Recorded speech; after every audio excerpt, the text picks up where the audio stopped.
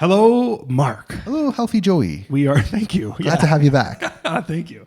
Yeah, it's been a messy week for sure. Yes. But we're here. We're on episode 66. Yep. And actually, there was so much news that came out, we decided to make an entire episode on all the drastic changes that just took place. Yep. Unofficially, officially, this episode is the news you can use double-edged sword episode. Double-edged sword. It will make a lot of sense as you tune in. Yep. We discuss European COVID. Yep. And the fine elements that come with it. Tackle a lot of food spots. Yes, we do. And then get right into it with big changes in the mortgage world. Huge changes. Yeah. Good news for buyers. I would say so. I'm still saying this is a welcoming change. Yeah. And it's our anniversary. Yeah. Lots of anniversaries. Yeah. Lots of anniversaries. Celebration episode. Enjoy. Welcome to the Toronto Livings Podcast, a conversation about all things Toronto with a focus on real estate, the culture, and of course, the food. I'm Mark Savel. And I'm Joey Virgilio. And we're realtors with Sage Real Estate working together as a Toronto Livings team with a focus on helping you buy better, sell higher, and of course, having a little bit of fun along the way.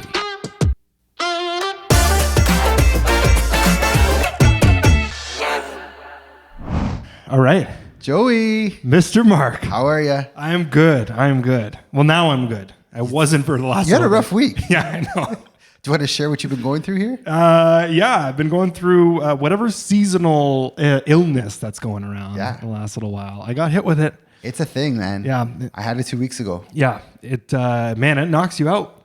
You're on your derriere, as they say, for quite some time. But you're feeling better? No, I'm on the mend. Yes. I'm on the mend. Love it. Yeah, it takes a second to get into. The brain is a fog is the biggest thing. I had a couple friends. I had it. My good friend had it. Adriana S's good friend had it. Yeah. And apparently, you want to hear what the word on the street is? Let's hear it.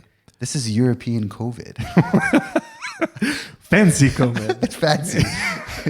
5 times tastier than North American COVID at a fraction of the cost. When she was describing what her doctor was saying of this, I was like, this just sounds so much more like cooler. Yeah, I'll take it. Yeah, I'm dealing with some European COVID at the moment. You know, I'll be off for about 48 hours. Come back with a French accent and a taste for the finer things in life. Well, we survived. We survived European COVID. Yes, we did. We're still here. We're still on it. Well, we're on episode. What episode are we on? 66, man. 66. Yeah. That's pretty good. We're getting there. 100. We're coming, man. Yeah. This should have been like the Mark of the Beast Iron Maiden episode where we would just recount. Well, I would recount all my favorite Iron Maiden songs. Do you like Maiden? Not a hardcore fan. Okay. Yeah. I'm pretty up there. I appreciate it. Yeah, I'm pretty up there. My dad made me a Maiden fan. We're going to see them in a couple weeks. Jimmy the Rock. Yeah, that's right. Yeah, that's right. Yeah, it's Concertpalooza, man. Yeah, lots of people are coming back. What else are you going to more? Yeah. Okay, let's hear it. Tomorrow I'm going to see Vampire Weekend. Oh, yeah, that's right. Yeah. Also a band name that I have not heard in like... Oh, and similar, like, they're not on Coldplay level at all, but like they have a deep following. Do they? Yeah. Yeah, that's so funny. Yeah, they had a spurt in the late 2000s? Yeah, 2010s, 12-ish. Yeah, 2010s. Yeah. But they've had like quite a few albums that have dropped after. The lead singer is married to Rashida Jones. Really? Yeah. This is all news to me. Yeah, they have a podcast. Not them. He has a podcast. He has a podcast. Yeah. A lot of good stuff. Them, and then Adriana S. got Justin Timberlake tickets. Oh, okay. Justin Timberlake is under some heat if we're getting into that. He is. Yeah. He is. That's some stuff that's happening. Hopefully the t-shirts are on discount as a result. Fred again. Are you familiar with Fred again? No, he's like he blew up kind of around COVID. He had a song that's like quite popular. You probably know that one song. Yeah. But he's got some good tracks. We're going to see him at the Air Canada or Scotiabank Arena. Sorry, European COVID has me a bit brain fogged. It's only been 10 years since they changed the name of it. Bruce Springsteen. You're hitting up a bunch, man. Yeah. I think the only concert I got coming up right now is Kings of Leon, actually. Oh, that's pretty cool. Yeah. Where are they playing? Budweiser? Yes, I think so. I think they're Budweiser. Yeah. That'll be a good one. Yeah. They have a huge what do you call it? Library, I guess. Really? Library music. Yeah. Yeah, they had one album that was started to be like their polished version of themselves, but prior to that, they were really like southern grungy kind of rock, and their old stuff I love. Okay. Adriana S is a big Kings of Leon Leon fan. Yeah. Leon. All right. Maybe I'll catch you there. All right. Let's see, add it to the list of concerts. Absolutely. Maybe we should tell the people that this is not a music Yeah. updated episode. But it's a little bit different than we usually do. Yes, it is. Yeah. It is. We're going to kind of focus. There's been a lot of news that you can use in the last 14 days. And I think we're going to do a good roundup of a couple changes. What's been happening? Yeah, and they're big changes. They're pretty substantial. Yeah, like definitely worth an episode on. Yeah, and this is what we're doing in that episode. So the Mark of the Beast and also a lot of news you can use. Yes. Episode 66. Shall we start as we often do? Let's do it. How was your week, Joseph D. Virgilio? Where did you not eat? Yes. The correct answer is not eat. Okay. That is the, so listen, I was sick. Yeah. So I didn't go anywhere. My meals were soup and a specific concoction that gets made whenever sickness arises. Tell the people. You've shared this with me. I've yet to attempt it, but I will. This is the concoction that takes your immune system to the moon. And it's ginger tea, okay? It's basically ginger tea, but you have to get fresh ginger and you have to cut up a gigantic clove of fresh ginger, boil it in a pot of water, and add half of a lemon to that pot of water, and have that spice of whatever that liquid, that liquid gold, hit you back of your throat. Oh my God. It just clears everything up. Yeah. You can feel it eating whatever's inside of you. I'm down to be your first testimonial. I've talked to you in the heat of your sickness, coldness. I don't know what the proper term is. European COVID, maybe. And you were down on the mat. Like you were out. Yeah. And 24 hours later, I was like, dude, you sound great. Yeah. So it works. It's liquid gold, I'm telling you. Okay. I'm telling you. Ginger, lemon, and then if you want natural honey as a sweetener, and a trick for those who try it and it tastes awful because it doesn't taste great. I will be very straight with you. But if you have a ginger lemon tea bag as well, you can add that to the mix and Next level it. next level. Do we have a name of this concoction? No, not yet. Okay. We'll work on that. Come Episode 67. We're going to reveal Joey's super secret get better sauce. Yeah. I like it. So you didn't eat? So I didn't eat, yes. And also I have an announcement. Yeah, talk to the people about this. Because this is an announcement that makes you very happy. It shocked me. It sent ripples through my world. Yesterday, it was I don't remember when it was. Friday or Saturday, Yeah, you sent me a video. Yeah, I sent you a video. I recorded it happening. Shocking. I've officially deleted Uber Eats, Skip the Dishes, and DoorDash off of my phone. I'm making a change. Hallelujah, praise be. I'm making a serious change over the next little bit. What sparked it? Was it just like... It was a moment in time. It was, you know what? Sickness has a lot to do with it. It does. It gives you clarity It gives you clarity. on your priorities in life. I was on homemade soups, and I don't know what happened. It just got to the point where I was like, you know what? This is over. Good. I'm done eating soggy sandwiches. Yes. So let's be clear. I still condone soggy sandwiches. I'm still okay with you eating out, provided you go out to get it. Yes. Yeah. I think it's just this I don't know what to call it, epidemic of food deliveries. It's the convenience of the food delivery. And another piece of it was, and always has been, finances. Yes. The second you look at how much you spend on those apps, you're like, why am I doing this to myself? There's a down payment in those apps that you put out 100%. getting delivery, guaranteed. I'm also shocked that you had 3. I thought it was just Uber. I didn't know this issue ran that deep. Well, you never know if Uber's letting you down. Other restaurants are on other apps. You gotta check it out. I respect that. Yeah. I forget where we were at, but one restaurant was like quite clear with us, like we are only on X app. Yeah, they do because they boycott certain ones. I think Uber specifically, people boycott. That's what they were telling us. I forget what the restaurant was, but me and Age went out, and it's interesting to hear that. Yeah, it's definitely a thing. Yeah. What about you? Me, I mean, I've used Uber twice in my life. Okay. Actually, shout out Renee Elliott. Okay. She got me an Uber gift card. Okay. I was like, do you listen to the podcast? Like, why would you do this? She got me an Uber gift card. I'll probably, as you gifted me one as well, use it for physical transportation. For rides, yeah. Yeah, I don't think I'll use it for food delivery, but this week was my birthday week. Yes. So, by the way, happy birthday on air. Thank you. I appreciate that. We went out. So Adriana S. booked us a lovely dinner at this place called Patria. Okay. On King Street. And she's been talking about this place for like the decade that we've known each other. She always brings it up. We've never been. Yeah. And I'm a little bit hesitant with King West restaurants. Okay. I just don't. It was on King West. Okay. It was on King West, and like the hype is never really worth the cost. Yep. This also might be old man Mark talking. In my younger days, I would not even blink an eye going to King West, but now I'm just like, I don't know, you can get such better food in such better places. Yep. Patria pleasantly surprised me. Okay. It is definitely a spot worth checking out. Tell me about it. Spanish food, tapas styles. So we're trying to live our European dream, trying to revive our summer of fun. that European COVID. European COVID maybe inspired the European flair. But Patria was fantastic. We had, oh my God, let me get into what we had here. Dates wrapped in bacon with a sherry reduction. Okay. Fantastic. What is a sherry reduction? I don't know. I just stole it off the menu. But it's just like this thick molasses flavored sauce on top of it. Like a thick, almost like a maple syrupy texture. Okay, so sweet. Sweet. And sherry is a wine. So it was like a wine reduction. Okay. I mean, I'm reaching a little bit here. I'm speculating a bit here. But it sounds right to me. So I'm going to say that. Datils is, I think, what they were calling it. Oh, datils. Probably not. They're dates. So I just said, can I have the dates, please? Because it came heavily recommended by friends.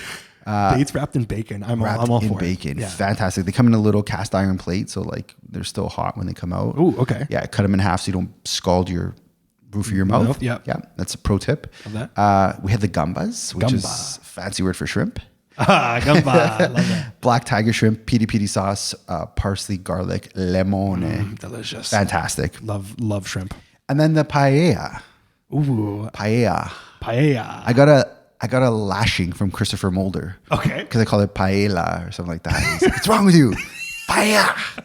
So I had the paella. And I just got the straight Patria paella. Okay. Get the small size. Oh, it was big. It was good enough. It was the right amount of food where we felt just right. Yeah. Okay. And then fun fact about Adriana S is she loves churros. Big churro fan. Also the same. Yeah. Yeah. So we had churros for dessert. Wait, when you say churro. Churro. Yeah. Yeah. But that's the European. European COVID. Churro. You know churro?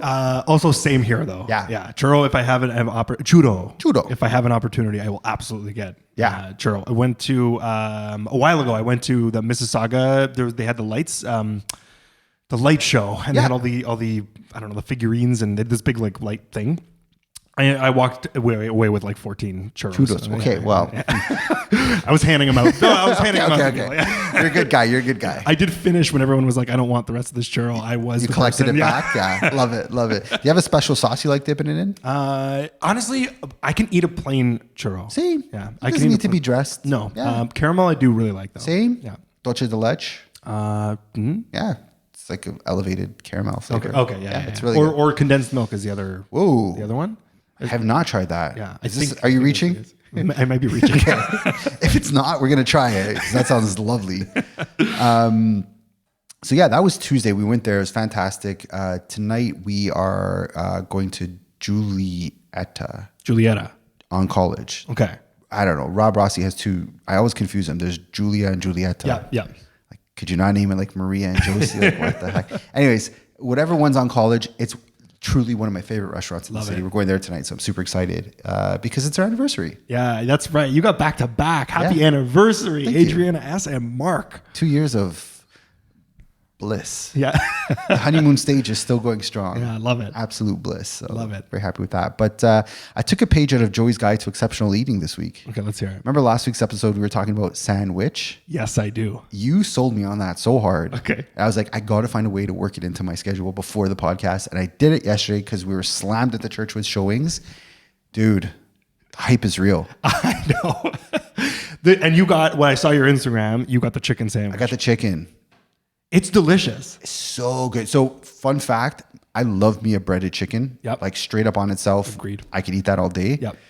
Put that in the way that the bun is so soft, the avocado at the bottom. Yep. And then you said something about trying the garlic sauce. Yes. You're like, it's really flavorful. Also incredibly hot. Yeah.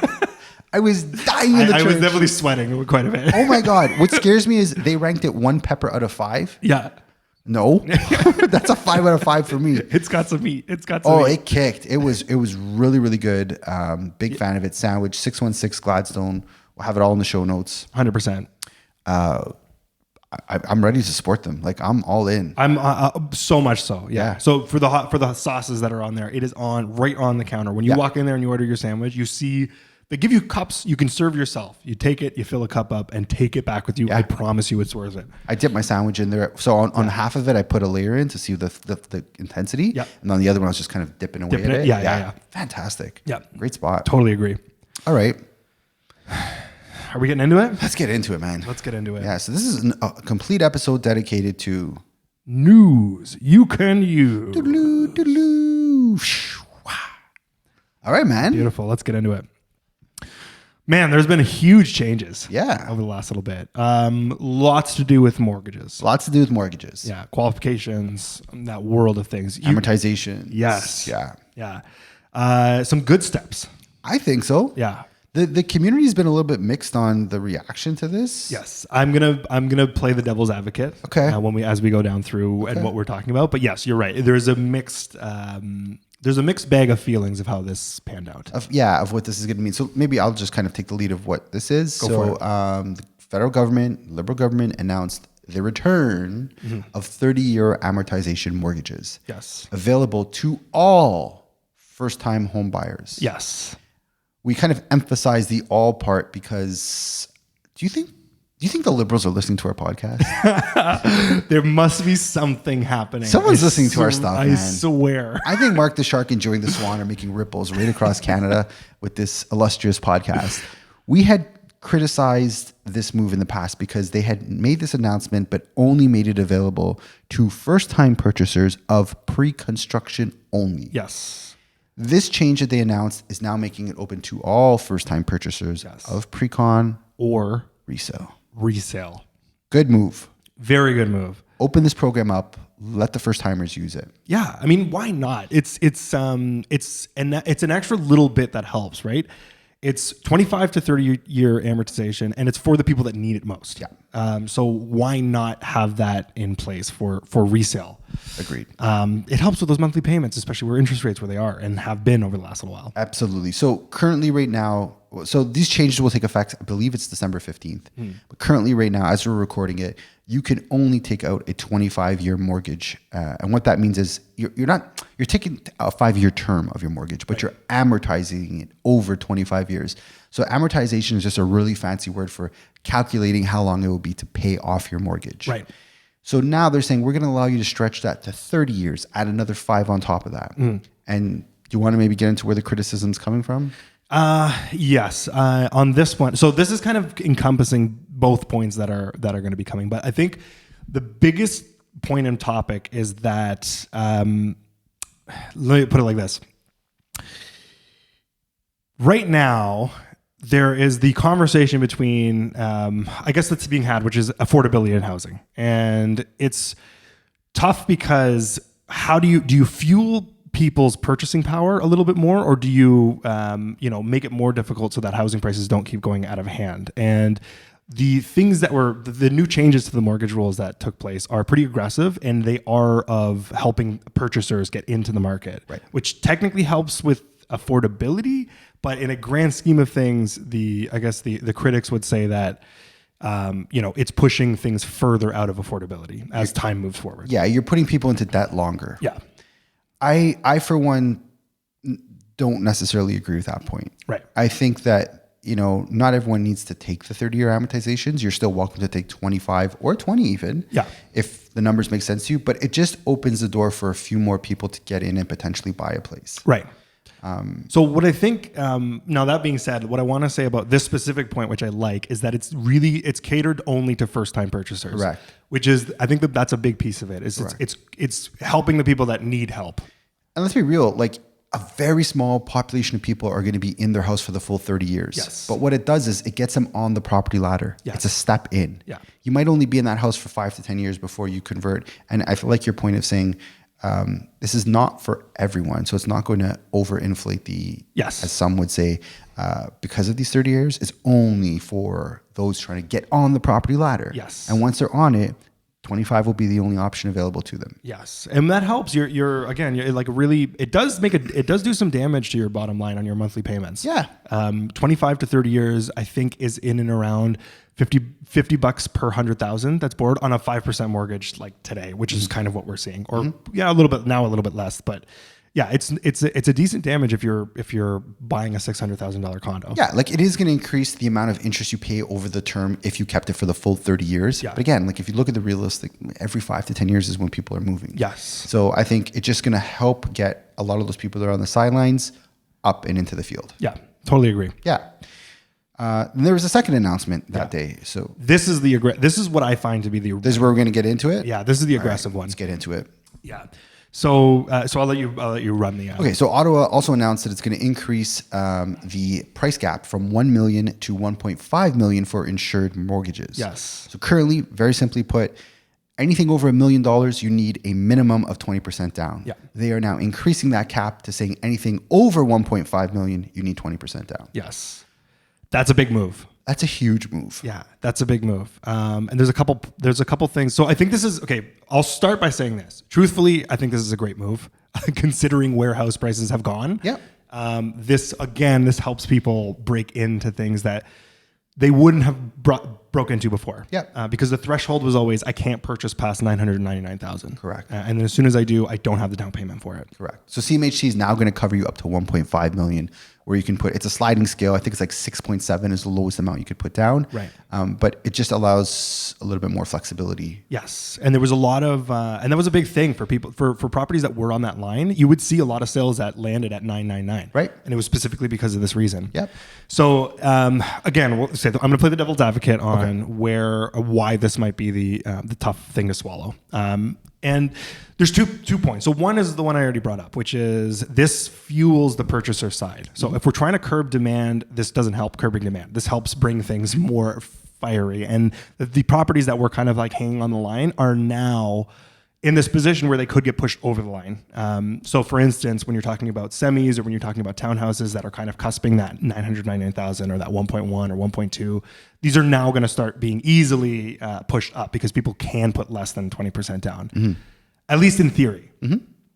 Because the other piece of this puzzle is the actual price that it, like if you use that full $1.5 million mortgage, that room for it to put less than 20% down.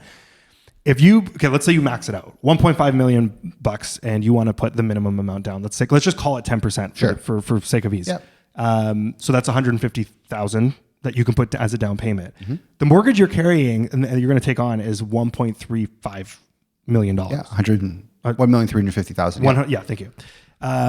That's a hefty mortgage to carry, meaning your monthly payments, you have to qualify for that gigantic monthly payment that's going to be coming to you. And I think that's another piece of it that's like, I don't see people maxing it out, but that's another piece of it. Is this going to help or is this just going to be something that people can't really qualify for? It's a nice thing to talk about, but is it truly going to move the needle?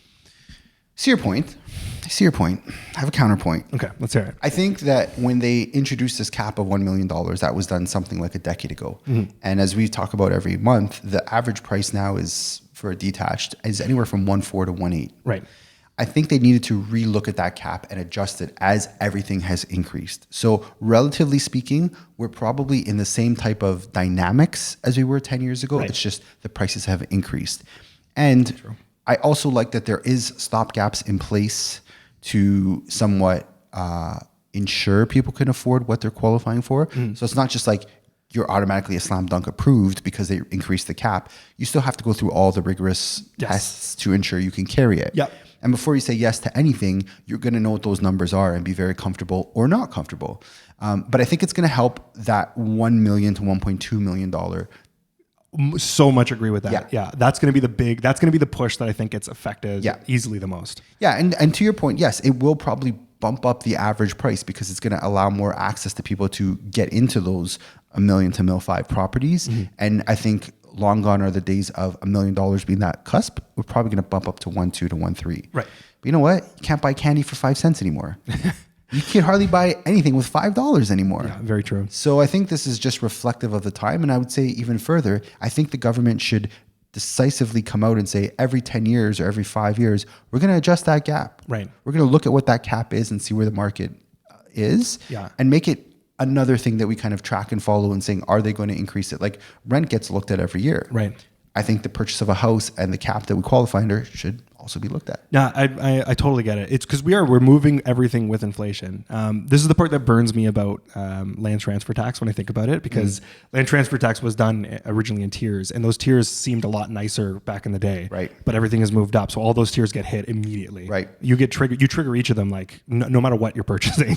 Right. So maybe what they should do is, because the average purchase price is higher, we should reduce the percentage marginal rate that I'm down for that. I think that makes sense.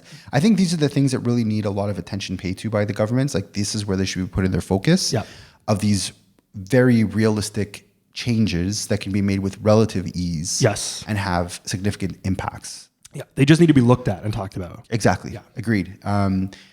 Critics are like, Twitter was kind of really divided. I mean, that's where I get my sample opinions from these days of this is terrible for housing affordability. That was kind of the big buzzword. Yeah. So I'm going to drop a nuke on this, and I've kind of alluded to it in the past. I don't think the government should be responsible for housing affordability. I think that's somewhat communist to think that the government should be so entrenched in controlling affordability. Right.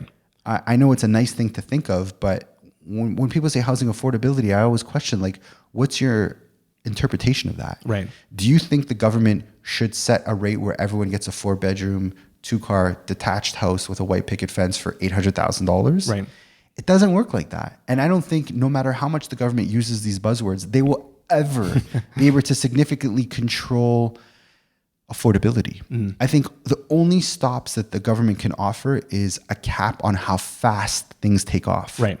They could somewhat control that with rates, as we've seen over the last 2 years. Yep. But I think that's the best you're going to get out of government intervention for housing affordability. Truthfully, it's funny that you bring this up, because when I think about government intervention, what I find is that whatever they use, the way that they control anything is taxes. Right. It's either you do the lever of the interest rate, or you just tax certain aspects of how the deal works. And who wins at the end of this every time is the government.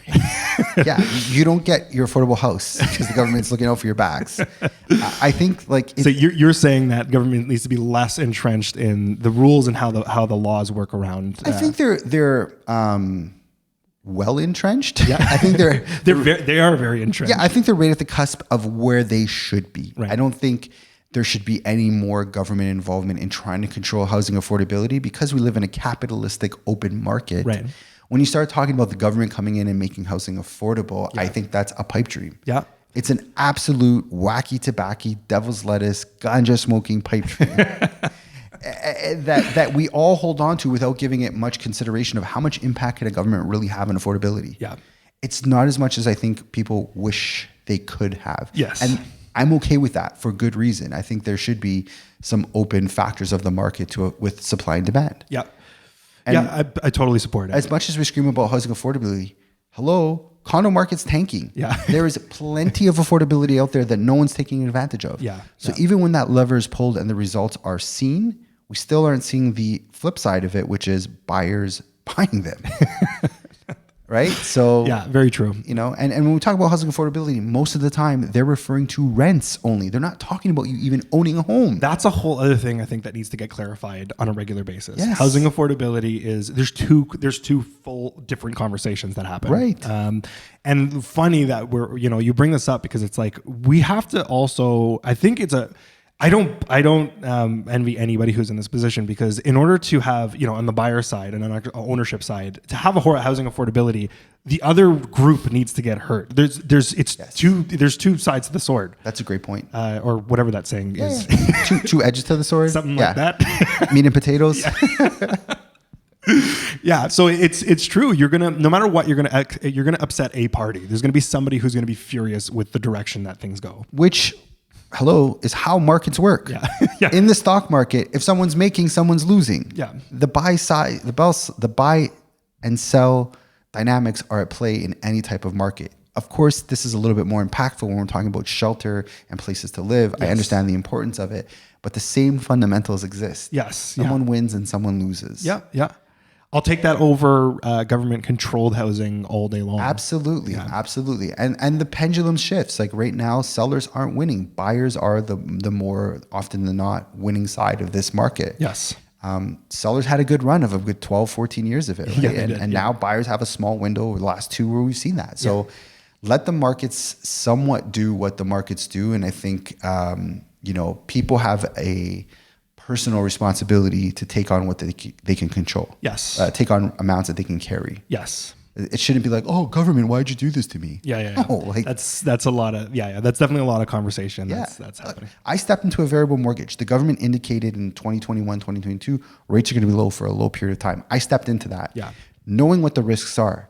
Did I get burned?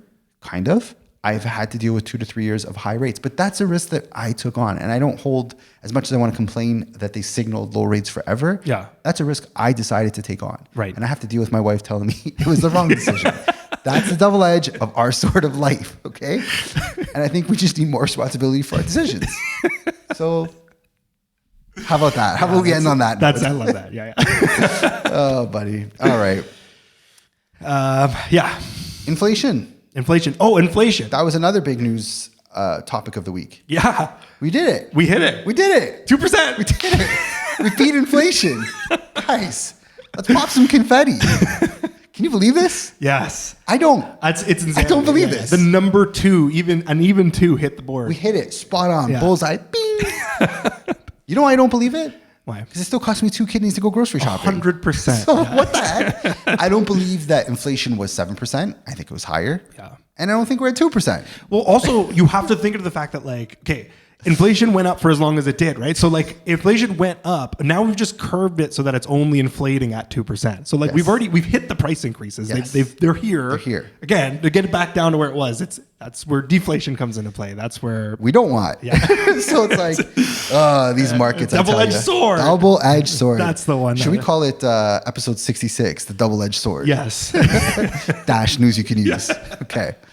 Well, jokes aside, they according to the powers that be, they hit their 2% goal, which is what we've been striving for these last couple of years. Yes. Whether or not that's completely accurate, I don't think it matters. I think that the narrative is that we needed this for rates to come down. Yes. And so the double-edged sword here is we should start to continue to see rates come down. Yes. Amen. And I wrote down amen. You did write amen. In all caps with 3 exclamation points. It's down. I mean, it's amazing. It's incredible. I think the sentiment is that we will continue to see rates continue. And I'd like to quote someone from CIBC, if I may. Let's do it. Inflation remains unthreatening, and the Bank of Canada should now focus on trying to stimulate the economy and halting the upward climb in the unemployment rate, says CIBC's senior economist Andrew Grantham. Grantham. What a great last name. Sounds like a hero. Grantham. The hero we need. Andrew Grantham. We continue to forecast a further 200 basis point of interest rate cut Let it happen. between now and the middle of next year. Thank you, good sir. Yes. I really would love to shake Andrew Grantham's hand. Yes. A superhero amongst the rest. The hero that we need. Yes. That, you know what that means? That means they're predicting a 2.25 overnight rate next year. Yeah. So we're currently at what, 4.25? Yeah. Yeah. That's a nice big drop. That is a very welcome drop if true. Yeah. But wait. Let's hear it. As one hero emerges, a new villain has also come out of the woodwork. Who do you think is the biggest threat to Bank of Canada Tiff McCallum in 2025? I can't answer because I do know the answer. The faceless villain, AI. AI. We do not know the effects of artificial intelligence on the workforce. And the Bank of Canada is already starting to set up the battle between good and evil. Tiff Macklem officially brought up AI in an announcement. As the newest villain that we need to be concerned about. Yes, there's a common enemy, and it is AI. And I'll tell you, I saw recently a video of Gordon Ramsay chopping up salad like you wouldn't believe on AI, and it looked insane. I would be fearful if anybody's seen those AI. Have you seen those AI videos? I've seen what AI did to you when you said, put egg on my face. It turns you into an egghead. Oh, it looks it looks absolutely insane. Like Will Smith eating spaghetti, and it's just him like. Really? Yeah, like all these morphing movements. Yeah, it's like a nightmare to watch. Well, just when we thought we were in the clear, AI's coming for you. AI is coming to ruin our economy. AI Gordon Ramsay, watch out for that chopped lettuce. Should we put a link in the show notes? Yeah, why Gordon not? Ramsay. Yeah. You find that, I'll throw it in there. I like that that's actually a show note. I watched a lengthy video of Gordon Ramsay. It was extremely long, and it will be in the show notes. Okay, I will keep my eyes peeled for that one. For Gordon Ramsay's double-edged sword. Boom. Well, maybe let's end on a high. Okay. America is cutting. America is cutting. Yes. Aggressively. Aggressively. Yeah. They brought down their rates to a higher than normal amount. I think people were kind of predicting potentially a 0.5 drop, and they delivered on that 0.5, which also opens the floodgates for Canada to follow. Yes. Yeah. Because we're not going to move in an opposite direction. We need to move with with the states. Lockstep. Lockstep. I love that word. That's a great word. That phrase. Move in lockstep with our American counterparts. Oh, that's beautifully put. So buzzy, isn't it? So I think what we've been preaching, what we've been saying, and like we've been talking in the last 2 weeks, things are picking up. Activity's coming around. Activity is picking up, man. Yeah, it is. It is. It was just after the September long weekend. I was expecting, as I keep expecting, there's going to be floodgates. Floodgates are going to open up. They're going to announce it, and then floodgates. But actually, it's been a slow through September, and yeah, it is. It's true. People are kind of coming around the corner, and it's starting to activity's coming through. Calls are coming through, and these are, all of our jokes and funny stuff aside, these are really the what's the word I'm looking for? It's a really good word. Oh God, European brain fog's kicking in. Signals. These are really good signals of things to actually be watching. Precursor. That's not the word I was looking for. Okay. Well, it still works. Precursor works. Yeah. The precursor of things to come. I think that's a fair word we can use here. But these are like little things, like when we talk to photographers and they're slammed, booked, and busy. Yes. When we talk to mortgage brokers and they've got applications coming up the yin yang. Those are good signs that activity is here to follow. Yes. And as important as all these stats, facts, and figures are, the only thing that matters, in my opinion, buyer sentiment. If the confidence is there that things are looking on the up, we will see a result from it. Yeah, very true. When you suck the life out of it and say the economy's damaged, dead, and all this other negativity stuff, people take that and we should watch what we spend. Yep. Rightfully so. Not criticizing people who take those. But I think the signals are starting to be there, and I am very bullish on 2025. Okay. Yeah. I like it. I think the condo market is going to come back quicker than we all expect. I feel that. I can be behind that. I did a deal last week.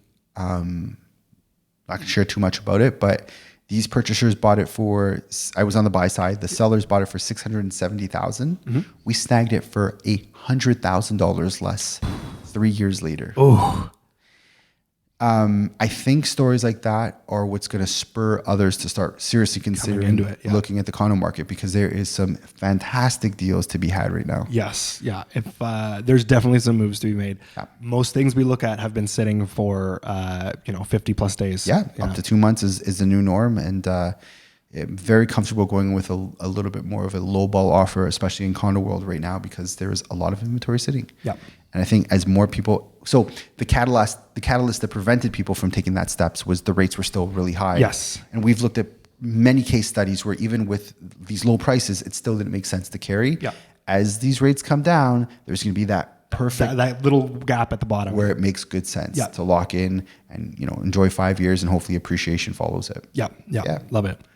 Can I make one last announcement? Yeah. Happy anniversary.